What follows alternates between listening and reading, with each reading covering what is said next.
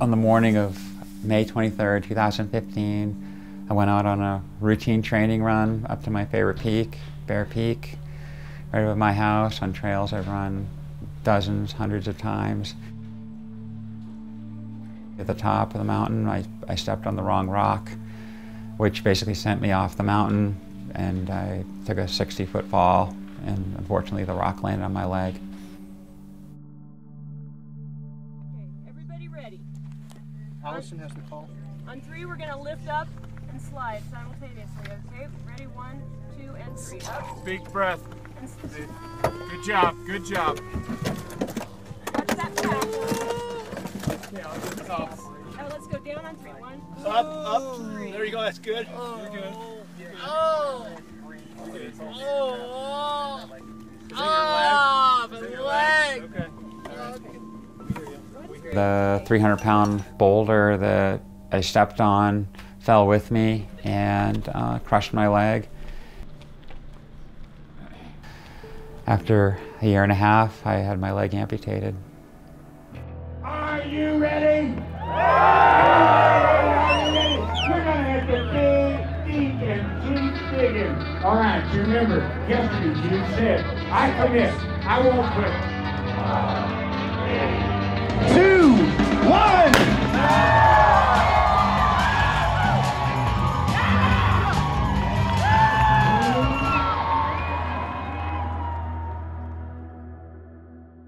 The accident was on May 23rd, 2015. It was a completely normal morning. It had been rainy all month, so the soil was saturated. Tagged the summit and then was going to come down the west side on a little ledge system. About this time I stepped on a rock, about 250-pound rock that I'd stepped on, I don't know how many times, countless times before, and it just rolled outward, out into space, and pushed me out that way.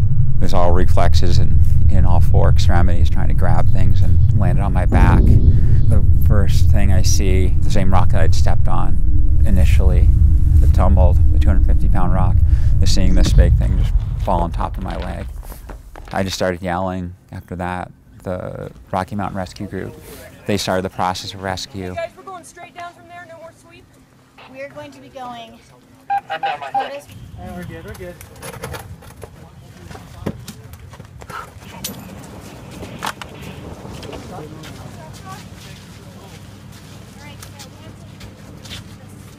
And they just said there had been an accident. I wasn't sure what it meant.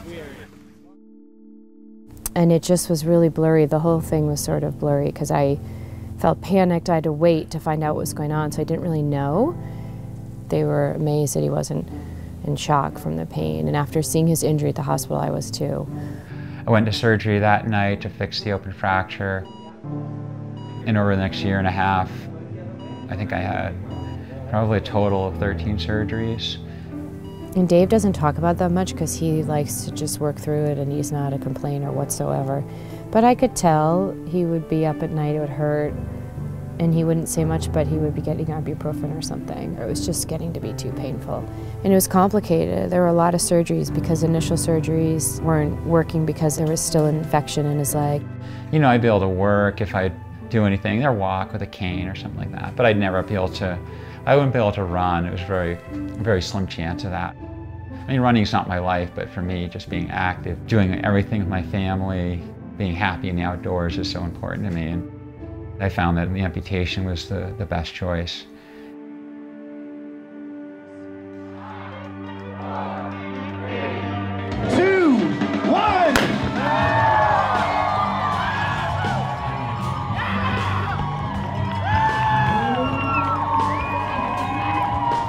Started out, really well, kind of at a comfortable pace, which I wanted to keep basically for the whole race. Came into May Queen, felt awesome, pretty much within 5 minutes of my split. So I was right on pace. Hey, 30 feet right over here. So you got a pack on your back, that water is full, this water is full. All right. Any other calories look good? Yeah. All right, thanks guys. Strong work. Good work, man, go get it.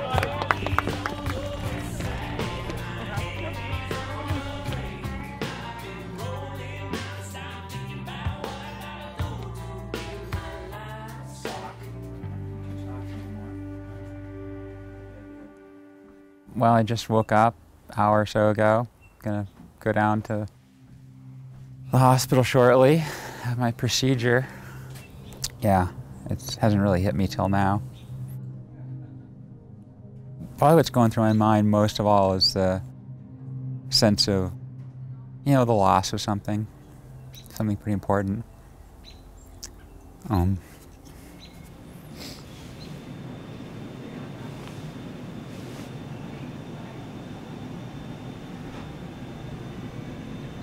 Yeah, I guess, I don't know if I've been repressing it, I don't know if that's the word, but, yeah, I mean, now that it's actually happening, it's real.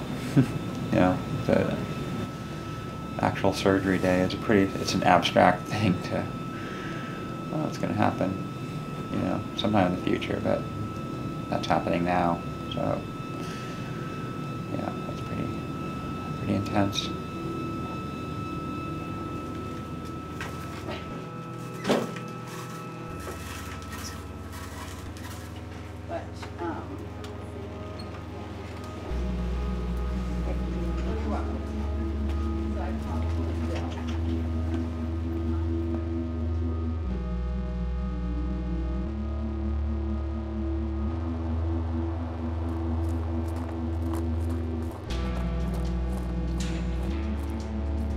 Being an athlete was an important part of who I was. I was a sponsored athlete. I was still winning races, finishing tops in races, and so that part's gone. I mean, for me, I've gained so much more. I'm trying to see it as a, you know, making the best of a, you know, bad situation. It's his leg. His legs have been all over the planet Earth. If he were like a computer scientist that sat behind his desk all day, you know, I probably would think differently about it, but that isn't Dave. He's a trail animal. He's by far, I would say, the most winningest 50K, 50-miler, 20, you know, trail guy in the country. You know, I mean, I'd be hard-pressed to know many other people in the 50-mile and shorter distance that have done as well as he has. I've known Dave for a long time, you know, so to see kind of how he's, you know, going through this and weathered the storm and the up and down is, I mean, he's tough as nails, you know, but we're all human, so I can tell it's heavy, you know, I can tell that it weighs on him and his family and all of us. I also know in my heart that it was the right decision. It just doesn't mean it's easy. I mean, we make decisions all the time that are really hard. It's like the hardest decision. Got it.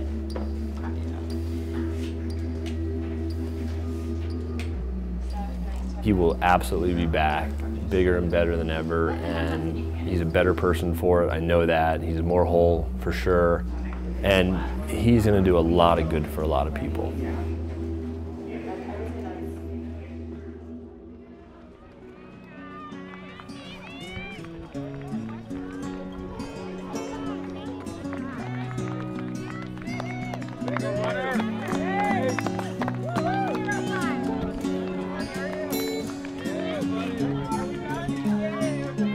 I think about that all the time, like what would have been or what could have been, and you know, it chose my leg rather than my head or my chest. So again, I came out lucky probably. It could have easily killed me.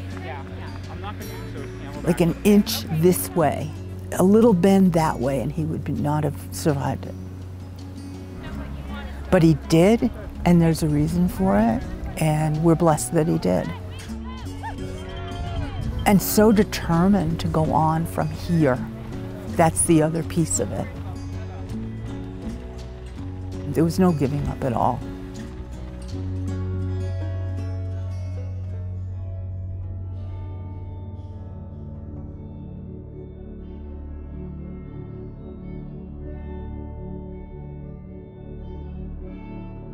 '82, and I went to work as a late one swing shift, just like always did. And about that time, the phone rang. The boss from up above, up at the mine offices, called, and he said, "Boys, we're closing her down." 5,000 people in this town, over 3,000 of them worked at that mine. Overnight, this beautiful 10,200 foot community of Leadville with highest unemployment in the nation. And we had everything that goes with unemployment hit Leadville. It wasn't good. We knew we had to do something to save our community, so that was the birth of the 100-mile race.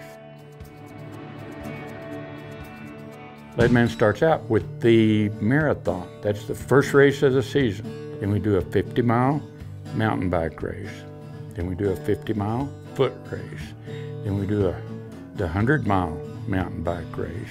And then just to add insult to injury, right after the 100-mile mountain bike race, we make them do a 10K, and then we top it all off. And that'll be this weekend with the 100-mile run. The number one value anybody's got, you, me, anybody else, is character. Can you face life when life wants to slap you around? You can just look life right in the eye and say, yeah, I'm here. Let's go. That's Dave Mackey. From Boulder, Colorado. One of our Leadman athletes. Race isn't about the podium. It isn't about beating anybody but yourself. The race is about that buckle. You go home with that buckle. Yeah, Dave! Yeah, Dave!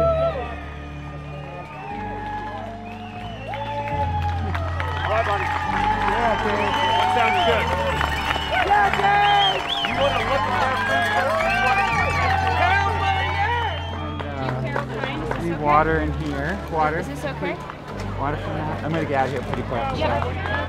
How's it going, Sophia? You want to join me over the pass? I need a pacer.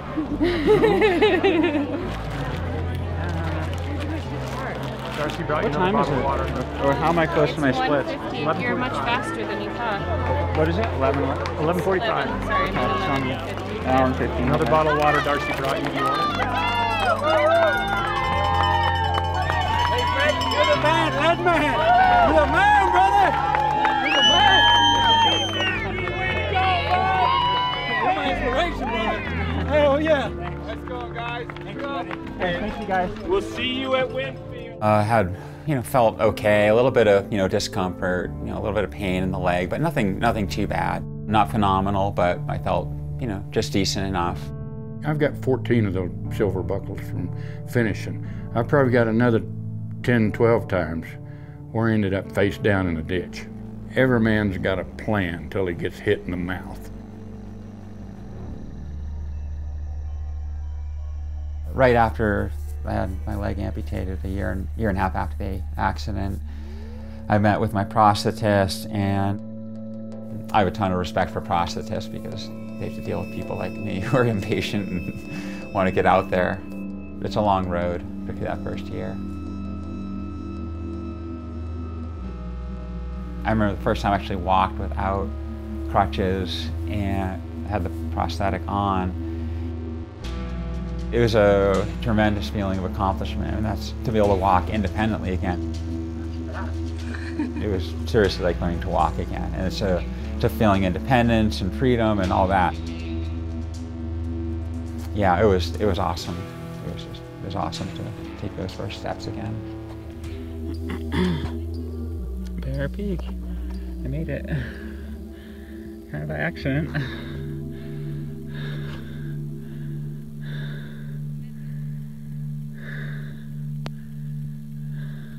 What I fell off of. I hate selfie videos, but anyway, I don't know. So I'm a little sad, but I thought it'd be harder than this. Maybe because it kind of got up here by accident.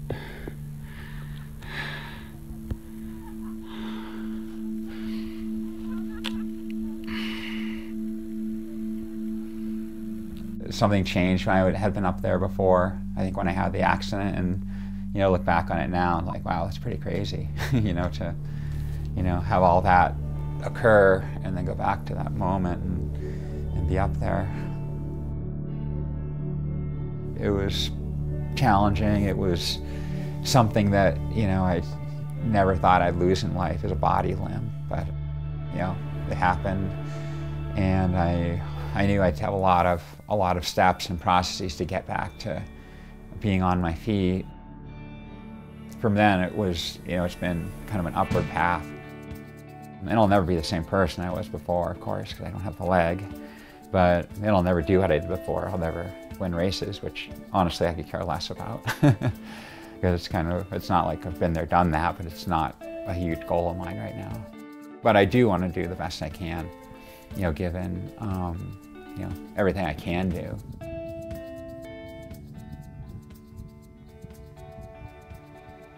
Facing you right after Twin Lakes is Hope Pass. That's 12,600 feet of up and straight up. Then the descent, it's a steep descent. After you've reached Hope Pass, down about 3.5 miles down into Winfield. I walked up like a quarter mile up the trail, just kind of waiting for him, and saw him, and I could just tell, just him coming in, his shoulders down, and I said, "How you doing?" He's like, "Not good." I said, "What's going on?" He said, "Oh, it's my quads and his hip flexors, like both sides were just shot." And so nothing to really do with this, you know, prosthetic or prosthesis, or no skin breaking or anything like that. I said, "All right, let's figure out what we can do."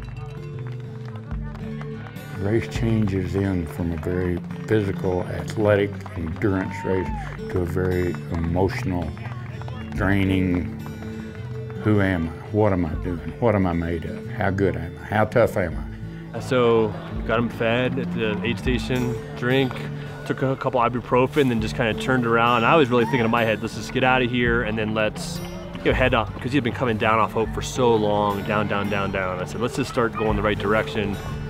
How you feeling, Dave? He feels like yeah, honestly. You know, I just didn't have like a lot of energy flowing. I was walking, which is normal, but I was starting to feel pretty bad. Those muscles are pretty wasted. how's your head? I can't run.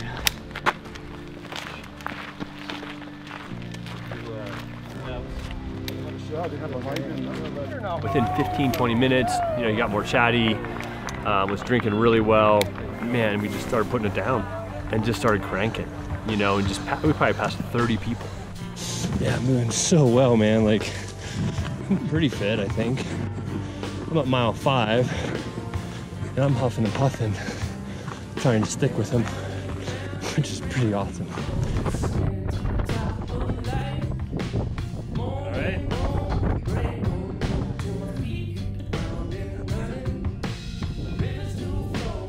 There's hope.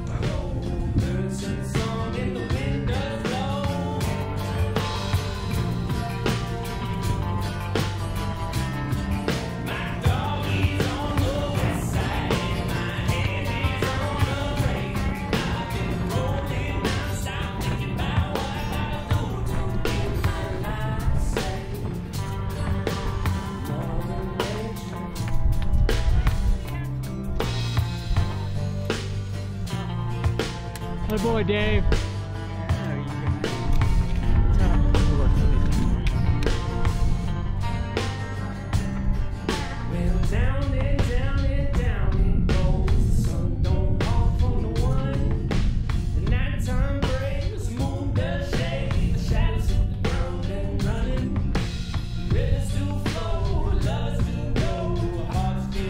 Just felt really good, and then had a great downhill into Twin Lakes, and overall Hope Pass coming back was like, I don't know, a springboard into finishing the whole race. Looking good, Dave. Hi. How are you? We're both going in the back.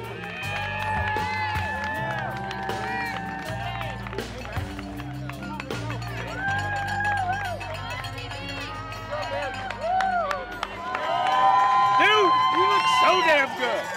I do now. Yeah. You could be here. No, I know. Winfield is because you're a fucking fighter. That's why. We're just gonna keep moving. So proud of you, dude. All right.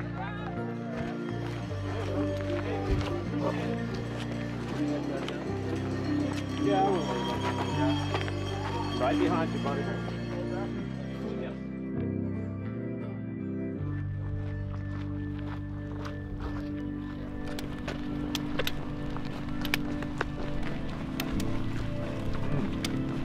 everything's going real well, and mentally he's in a great place.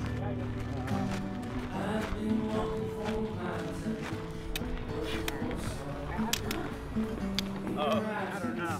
You can dry blood. Leave this middle layer.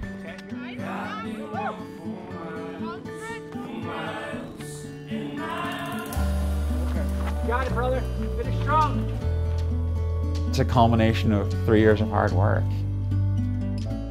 3 years of getting back on my feet. Moving again, walking again. Coming back to a normal life of being active. Having goals and milestones. So my buddy Bob Africa brought the Leadman belt buckle over to me last night. I didn't know he was going to do it, but Leadman's a pretty cool event. I did it a couple of years ago, and I'd like to do it again at some point. So if I did this, that'd be pretty phenomenal. I handed that belt buckle, and he's got one, but it was more about like, you know, here we go.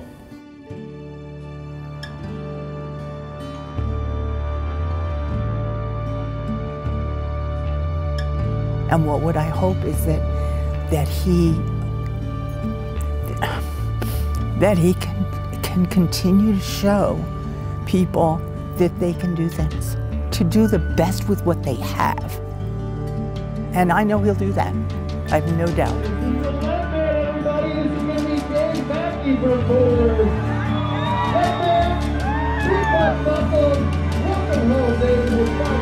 Dave Mackey, he'll go home and he'll be a lead man, overcoming challenges that nobody else has. Proud of a guy like that. That's the kind of guy I want around me.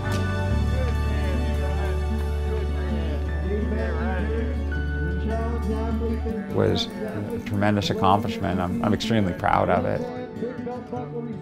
I do know that there's a lot more to come, though. There's more hills to climb. Why stop? Why not do more?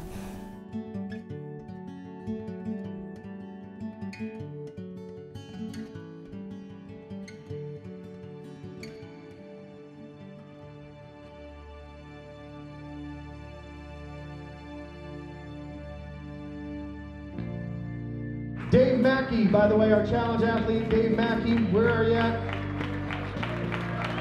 45-53. How about that good looking stage up there? Leadman, Leadwomen 2018, there you are. Nice job. Nice, yeah, man. Figure it out. Yeah, this card's kind of funny. There you go. There you go, hold it up, guys.